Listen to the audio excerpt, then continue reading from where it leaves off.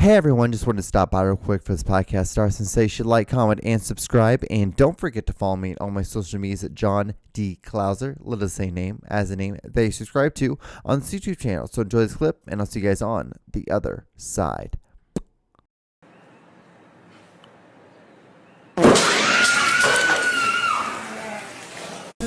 Welcome to The John Show with your host, John Doogie Klauser.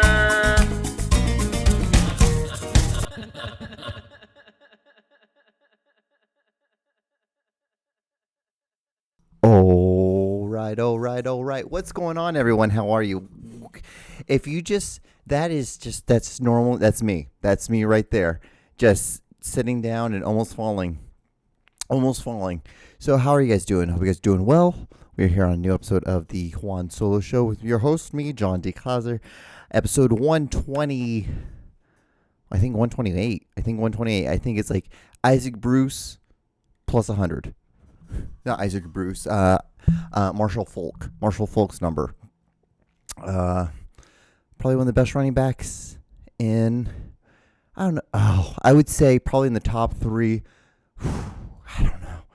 Top three running backs in Rams history. Because you have to say Eric Dickerson's number one. Then Marshall Falk. And then you could probably say Gurley. So that would probably be the top three. I think there's one more, but I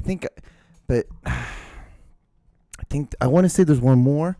We should just go ahead and go. We're going right into this, aren't we? We're just going to go ahead and, running backs? How are you guys doing? Doing good? So we're already back. We're already in football. See, football seasons. The first game's on Thursday. I'm filming this right now on, August 2nd at 11:04 p.m. in our Lord and Savior, BC, not BC, AD, right? After death. Just shooting this thing. Running backs in Rams history.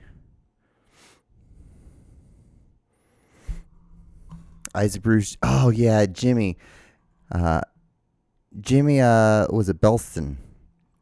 I don't think I'm pronouncing that correctly. Burleson. Then Dick Herner. Oh, Kenny Washington. Yeah, Kenny Washington was another one. Yep, you're right. Mm-hmm.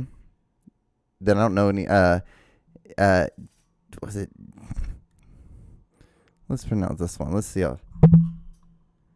Dante Magnani. Dante Magnani. That's an awesome name, actually. Dante Magnani. Let's look this guy up. Okay. Dante Alfred Manfrante was an American football player who played 9 seasons in the National Football League. A running back, played college football for St. Mary's College. I got recruited to go play there.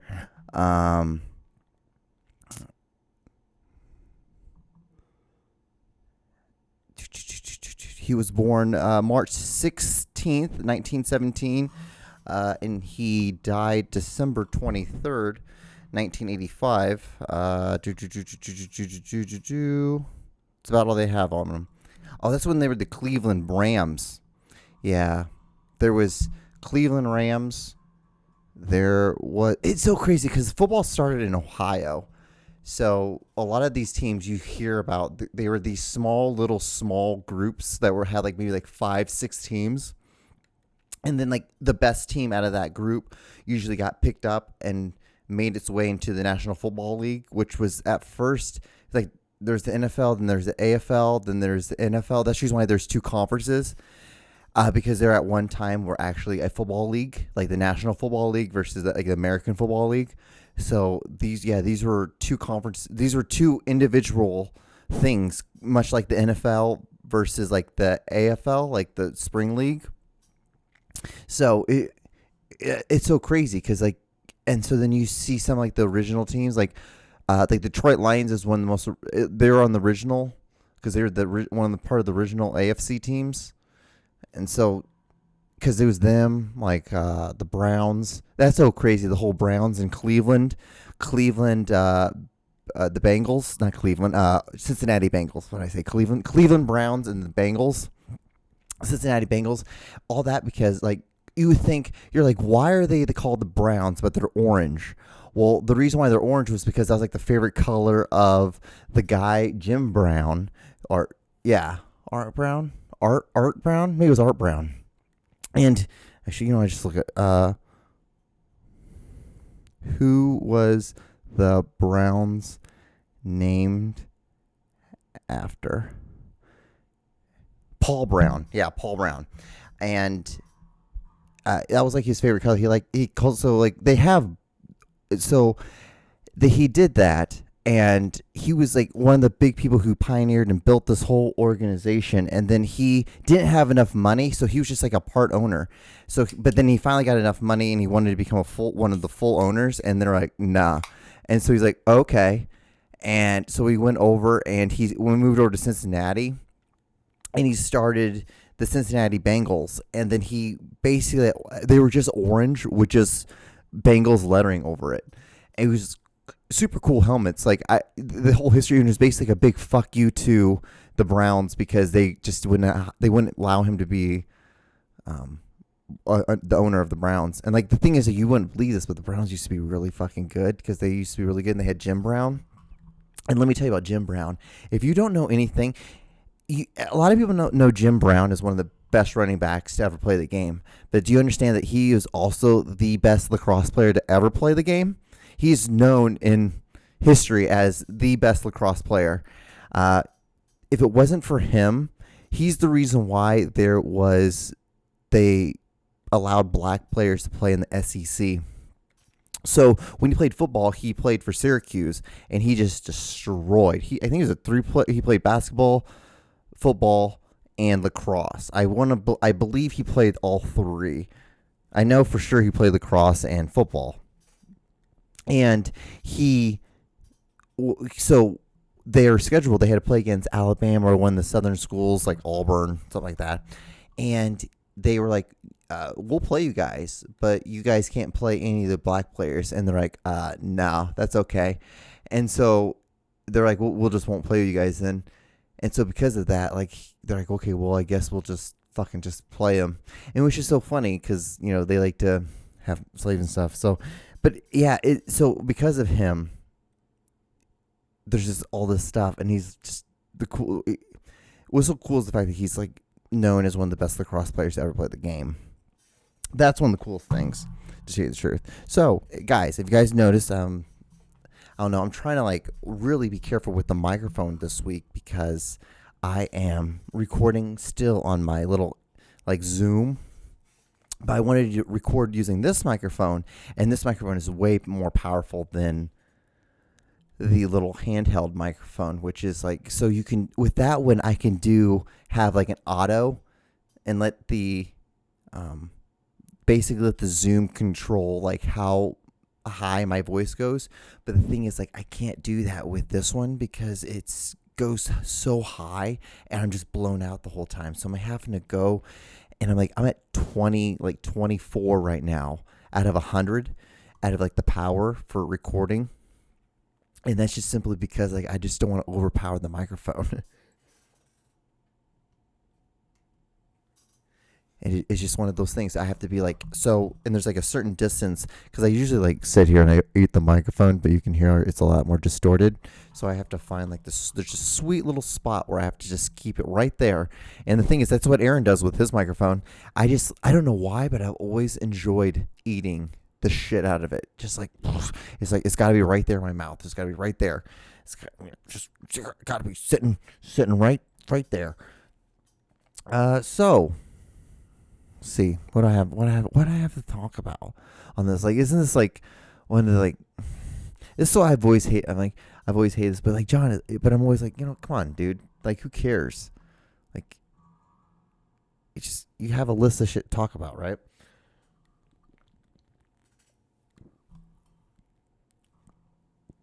So, I did talk about, I wrote down to talk about the history of the Bengals. I did talk about it. To football started. Murray has his 4-hour clause. Do you guys really care about it? We talked enough about football.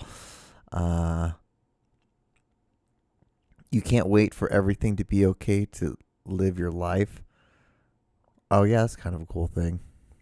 United States pyramids, Church of Scientology. Oh, I'm like, I need to scroll. I'm like, I know I've written more. Dude, okay, so I don't know if I've ever talked about this. I don't know. I just saw Scientology, so like that's what reminded me of the story. So there was a point in my life. I had to be 20. I had just graduated college. I was like 24. I had my first like real job. My first real job out of college was a suit and tie job because I figured that's what you had to do. That's what you needed to do was get a suit and tie job and try to make $100K. And that's the goal, was like to try to make $100K a year. And I'm like, if I could do this by the age of 30, like I'm pretty fucking good. But like now I'm like, fuck that shit. Like that, I'm good. Like I'll figure it out. But it's not going to be working for one of these motherfuckers. And that's for goddamn sure. I say that now, right? And so I had this job. One of those random was like, I was selling like basically I was selling cloud storage for a broadband company. It was just really weird. So I worked with a lot of film companies throughout LA, and because a lot of their stuff, because a lot like it's basically it was doing what it is now, like having stuff live up in the cloud and being able to work remotely. I was at the beginning stages of that. That's where I was working. I was working for that, and I specifically worked with film companies because I understood how much data they needed. Like some people what you only need like 4 gigs. It's like, oh no, dude, like, we need like 100 gigs, because this is back when like red cameras first started coming out. So like those things were, you'd film for 10 minutes and it had 95 gigs of footage. It was insane. So like the time for space ratio was completely off, just because the technology was like so powerful versus what you can, for how much you could capture at one moment. But I digress. And so the reason why I'm telling you this, or the reason why like it was, because sometimes I'd be walking, because I would park my car, because you're living in Los Angeles. I'd go into downtown. I'd be going to Pasadena, going over to West Hollywood, then going like I was just going all over the greater part of California, or Los Angeles, California. And when there's this one time when I was in Pasadena, and Pasadena is really cool because it's really nice and it's bougie, and there's a lot of these bougie houses, but there's also a lot of just really cool like Latinos.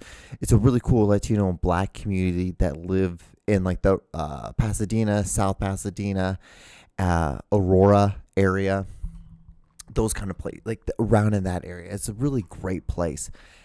If I were to ever, no, I'd never live there. No, I'm not. No, I would live in West Hollywood for sure.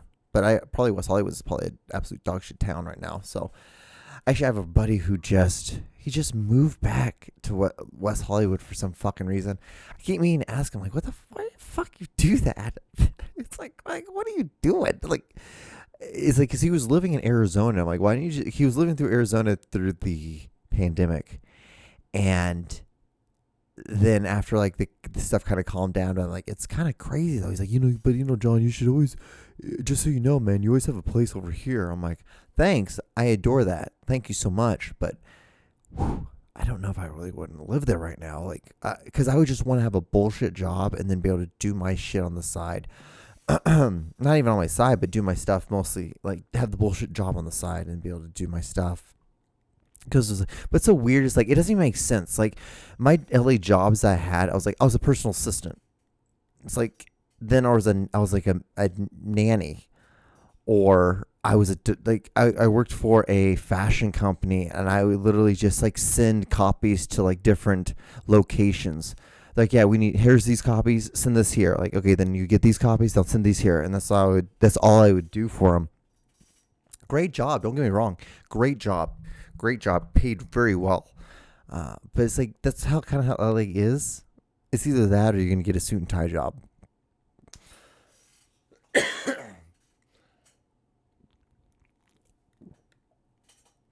it doesn't make sense living there. It's one of the weirdest things. Like living there and experiencing it is one of those oddest things. You know, it was great because I went to college there, and like for college and for education, open-mindedness, very like now it's kind of weird, but back then that was like when it was like still in the modern time, like because I had like friends that were, you know, that were now that I don't even know how do you say it, like they transitioned. They were like the first ones that were transitioning. And like I was like, you know, we were friends. Like I don't give a shit. Like I don't care. I was like, go right ahead, Sam. No, you want me to call you Sammy? That's fine. Don't give a hell. I don't give two Frenchmen's fuck. I'm like, are you happy? Cool, awesome. That's great. That's all I care about. And then we hugged, had tacos, and it was awesome. It was just like because, but even like, and I feel so awesome. Like being around like society. Like I was way above the curve. And so then when I moved to Missouri, when I started seeing that stuff, and you started seeing people like starting to be like, you know, like my pronouns are this, and this, you know, you might be biological boy, but you like to dress up like a female, being associated as a female, which is cool. I don't give a shit. But I was in LA, and I was seeing that stuff in college, and that was between 2008 and 2012. When I was in college out in Los Angeles. So it was like, I was seeing all this progressive stuff. And for us, even back then, it was like, you know, sometimes we're like, what? And like, you ask questions, and it was just like, oh, no big deal. And it was so funny. Like I would go and I would hang out with I'm going to get back to the Scientology thing. Don't promise me. I promise I'll get back to it. But I would hang out with my gay friends, and like, they would have gay friends, and they would meet me like, so like, are you dating someone? I'm like, no, I'm just here. And like, I'd go off and I'd hit on some girl, and they would see me kissing on some girl, and then I'd come back to the group. And that was like the funnest thing, like hanging out with them. Like you get the broness, but you don't get all the dipshitness with being like with straight guys, in the sense of, wow, that's really fucking weird how I just said that, but you don't get like that weird, like weird joke, like ball tapping shit. Like it was just like, because they were doing their shit, I would do my shit, then we'd come back together, and it was a really fun time. It was an awesome group. We had a really, really cool group of friends, and but what they like, their friends would tell me like, you know, like that's so cool that you're like so open about, you know, being around like gay guys. I was like, I don't care. Like I never cared. Like that's how my parents raised me. My parents raised me to like, who gives a shit who you are, what this is, what that is. Like if you're a good person, who gives a shit? Kind of that's how my mindset is. And like I was also like, why would I not want to get to know someone who lives a completely different life? Because that's the only way I'm going to understand this, if I talk to you and I interact with you and I hang out with you and I, you know, break bread with you. That's how you get to know things and you learn things, is by you have to let your guard down, you have to have fun, and you have to like interact. And that's what I'm like, this is what it is. I'm like, I just never understood why you would ever want to hinder yourself on that. That was always my mindset.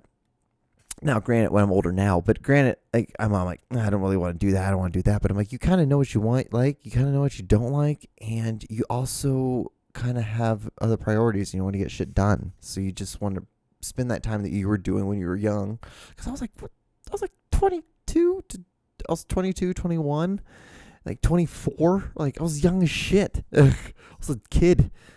10 years ago. I was like over 10 years. That's, you know, like at some points over 10 years ago. So it is what it is. It was just a good time. But yeah, like, gives a fuck. Oh, but the Scientology thing. So I had like, you know, like I told you, I would have my job. And like I would get to some place and I'd maybe be like 40 minutes early, just so I because in LA you have to be early. You always have to be rushing around because you never know with traffic. That's the thing, is you never know how it is. And like I might be going from West Hollywood to Pasadena, or Pasadena to like Rancho Cucamonga. Is it Rancho Cucamonga? Or God, I wish Carson, Carson, California, Riverside, California. Like you be going all over the place. Like, you don't know.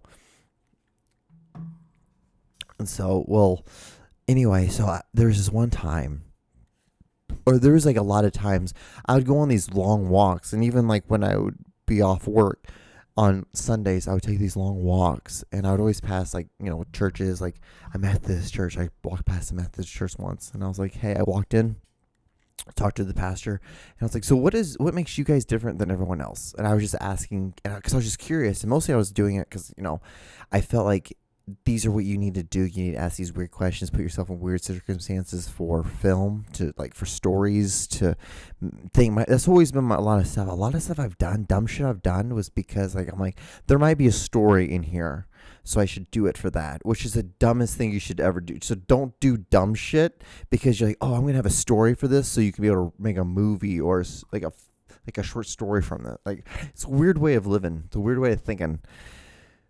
I've done it. I'm doing it. And yeah, like, so I went to Scientology, and I was like, they could have totally had me. I was totally vulnerable enough to be like, oh, I get this. This makes sense. This is the answer.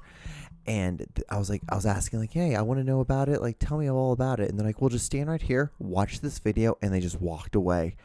And I'm just like, yeah, I'm good, dude. I'm good. And I just walked out. I'm like, fuck you. Like, I'm like, you're just going to have, you have the opportunity to sit here and talk to someone. Because that's what I wanted. I just wanted to get to know why you're doing it. Now, looking back on it, glad that none of that happened. I'm glad I didn't get involved in that thing. Fucking whatever. Jesus, Muhammad, Moses, whatever. Any of those guys. Fucking great guys. There's a lot of stories with all three of them and like involved with each other. You should check them out. They're fucking awesome. Like Muhammad's like the night journey. Probably a great story. It's bigger than a donkey, but not as big as a horse. Had wings on its legs. That's all you really need to know. After that, like, just read. If you want something to read, like, read other religious books. You're gonna also learn too. You're gonna learn a lot. I keep telling people this. Like, that's one of the big things. Like, why would you not want to learn other parts of the story? It's like reading Dune. Like it's like reading or watching Dune, and then not wanting to see any other ones that come out after it, and be like, well, Dune is really good, but not wanting to see any other stuff. That's the same thing with, like, if you're a Christian, read Jewish, like, read the Torah, then you read the Quran, vice versa, some other ones. It's all the same. You're like, oh, there's the missing parts. It makes all sense now. It's like Star Wars. I don't mean it. I know it's a crude way of saying it, but it's fucking kind of true.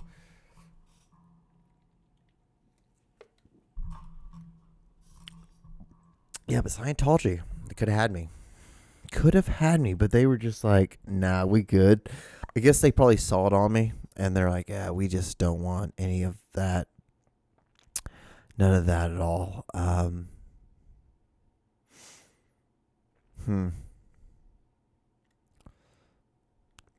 don't know. What else here? What I have? Hey, musicians or singers, can you stop asking? Oh, yeah.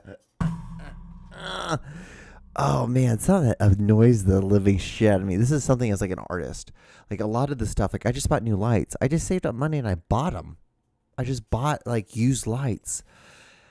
But what blows my mind is the people who have the audacity to ask, hey, can you donate money to my GoFundMe to fund my EP? It's always musicians. Because it's like, do you guys not have any ability to do anything other than just sing? Because it's like, you guys should be able to, like, it's not hard. It doesn't cost that much money to buy a microphone.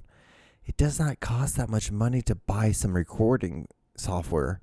I mean, you can buy an inbox and recording software, or you can buy a Zoom like I have, like here. Like, you can have multiple different ways to record sound. And it's like you guys are not doing anything to try.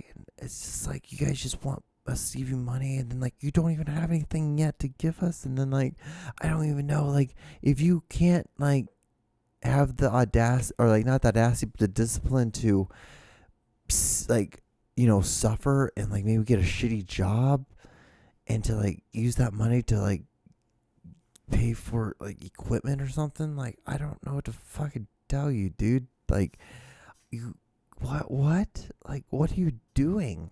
Just work hard for it. And then, what the great thing is? Like, it might be really shitty at first because most likely it's going to be pretty shitty. Like, I've done 128 of these things and they're been all pretty shitty. But you just do it. You just do it. You work hard and you'll eventually get better. Hopefully you'll get better. And like half the time, like I'm like half of the battle is just doing it. The other half is like half talent and the other half is just, luck kinda. Yeah, luck, really. That's about it. Yeah, 50% is showing up. There's a pie. 50% showing up.